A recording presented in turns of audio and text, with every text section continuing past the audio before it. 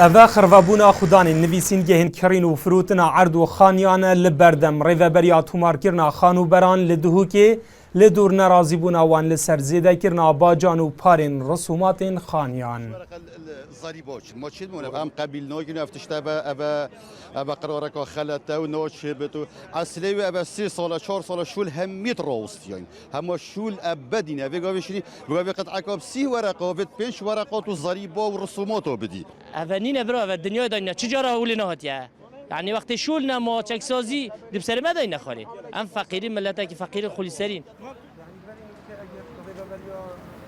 خودان نویسین گهن کرین و فروتنا عرض و خانیان ین بجدار دوی خرابونی دا دبیجن و او نویسین گهن خودا بخن تاکو دا خازی آوان به بجه اینان برواجی اوی بردوان بن دوی هلویستی دا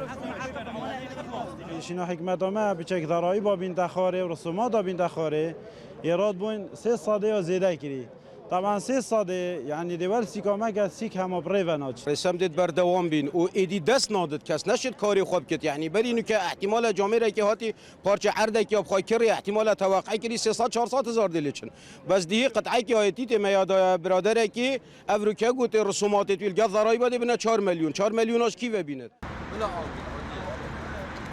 ریوبریا تومار کرنا خانو بران لدهو که جی ببلند کرنا وان دا خازیان بو جهن بلند برسوا خرابویان دده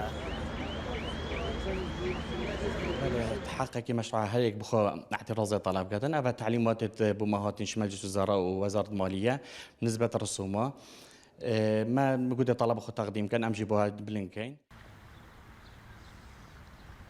پروژه چاکسازی حکومتا هرمی جبو کیم کرنا خرجیان و زیده کرنا داهاتان نرازی بون و گازنده این تخین جداین ولاتیان لدیف خدا ایناینه. جوانا جی دخر و بونه که دا خدان نویسین گهن کرین و فروتنا عرض و خانیان لدهو که نرازی بونا خو نشان دال هم بر زیده کرنا ریجا باجان و پارین رسومات خانیان.